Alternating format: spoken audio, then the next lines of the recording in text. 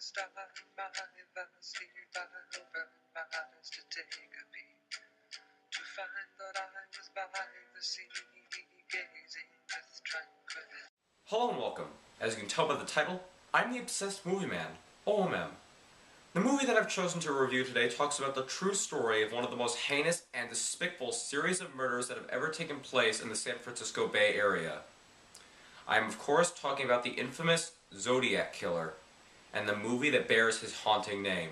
One thing that really interests me are mystery stories. I love a good Sherlock Holmes story, or even the play Murder is Announced, and I also enjoyed shows like Law and Order, and I was even entertained by CSI Miami.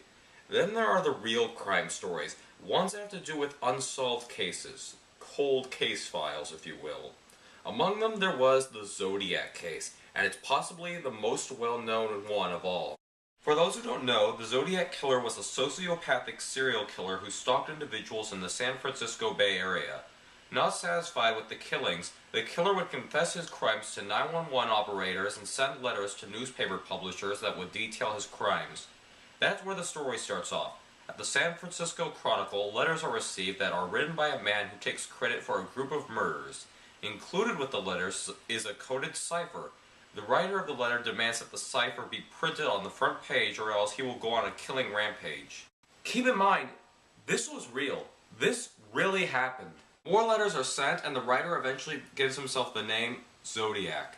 During all this we follow cartoonist Robert Graysmith, played by Jake Gyllenhaal, and we see how he gradually becomes more and more obsessed with the case.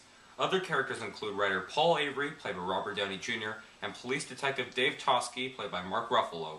It's pretty cool because Robert Downey Jr. and Mark Ruffalo would one day meet again in Marvel's The Avengers. The story is set up like a lot of crime dramas. We see the murder take place and then we follow the investigative team as they try to track down the killer. However, we don't just follow the police, we also follow the reporters, some of the victims, but we primarily stay focused on Robert Graysmith. Another thing that I find admirable about this film is that they don't stray far away from what Zodiac wrote and did. A lot of the theories around him are explored. We see the letters and meet some of his suspects, most notably Arthur Lee Allen, played by John Carroll Lynch, who was the prime suspect in the actual case.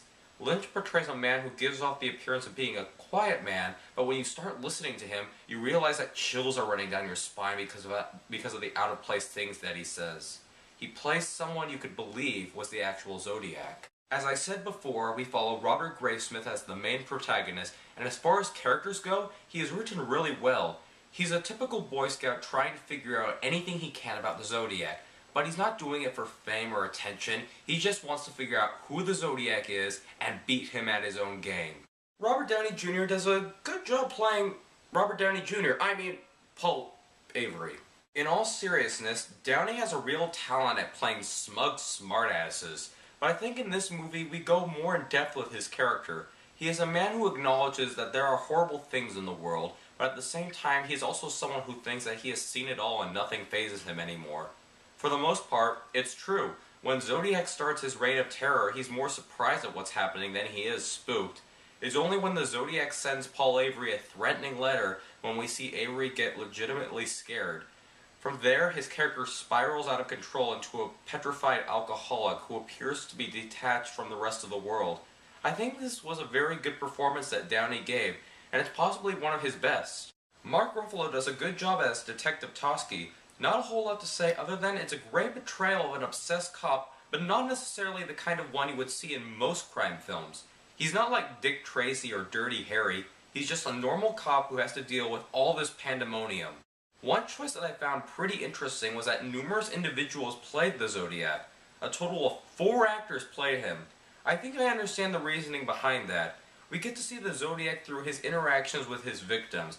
There's the scene with the attack on Darlene and Mike, then his costume appearance, another time when he kills the taxi driver, and finally when he abducts the woman from her car. We view the Zodiac as the victims viewed him, and each person could have had a different opinion on how he sounded or acted. It was a nice choice. The mood of the film doesn't even restrict itself to a crime thriller theme. Sometimes it feels like a flat-out horror film.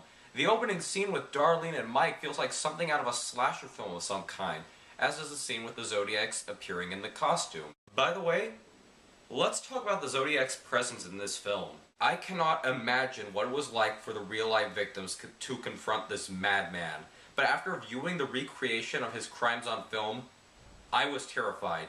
It still astounds me to this day that this actually happened. The Zodiac is always kept in shadows and you never see his face in the movie. The scene with him in the costume at Lake Berryessa was filmed brilliantly.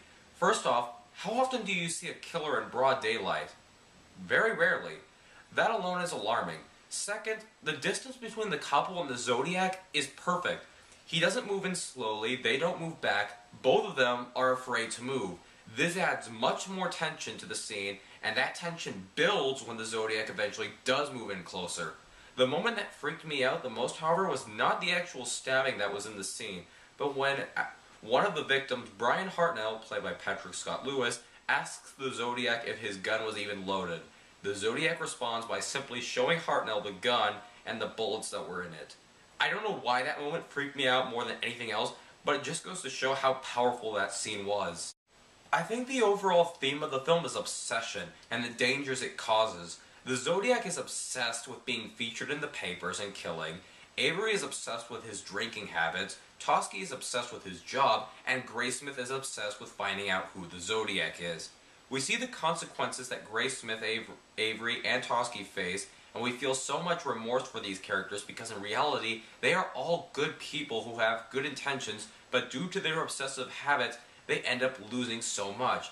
That is partially why it's one, if not my favorite, crime drama films. We get a really good look at how the killer's crimes affect everyday people. It's not just restricted to an honorable cop, we see reporters and family men affected by the Zodiac's crimes. Another interesting note is that it does not end on a resolution. We never find out who the Zodiac was, even though you are given some ideas. Graysmith doesn't get back together with his family, and Avery doesn't really have a happy ending either. In some ways, it feels as if the Zodiac won, and managed to destroy a couple more lives indirectly. To bring an end to this review, Zodiac is a terrific crime thriller. It has dreary and haunting atmosphere, damn good acting, but more importantly, it has a story that is worth telling. Before this movie, I didn't think that many people still thought much of the Zodiac case. This film proves me completely wrong. It knows what it's talking about, it takes its audience seriously, and does not shy away from some of the brutal facts. Even if the case doesn't resonate much with this generation, the movie shows that the real-life events have greatly inspired media. One example is even presented in the movie itself, where Graysmith and Toschi are watching Dirty Harry in theaters, which details a killer who sends taunting letters to the police. That definitely shows how powerful this real-life event was, and if it has the power to influence the media, which in turn influences us, maybe the movie Zodiac will influence someone out there to shed a little more light on the case. Either way, Zodiac is an altogether great film. 4 out of 5. Thanks, this is an O.M.M review. This is O.M.M, signing out. By the way, I actually do think that Robert Graysmith was right. Arthur Lee Allen probably was the Zodiac. That's all. Just wanted to say that. Bye. Then when the hurdy-gurdy man came singing songs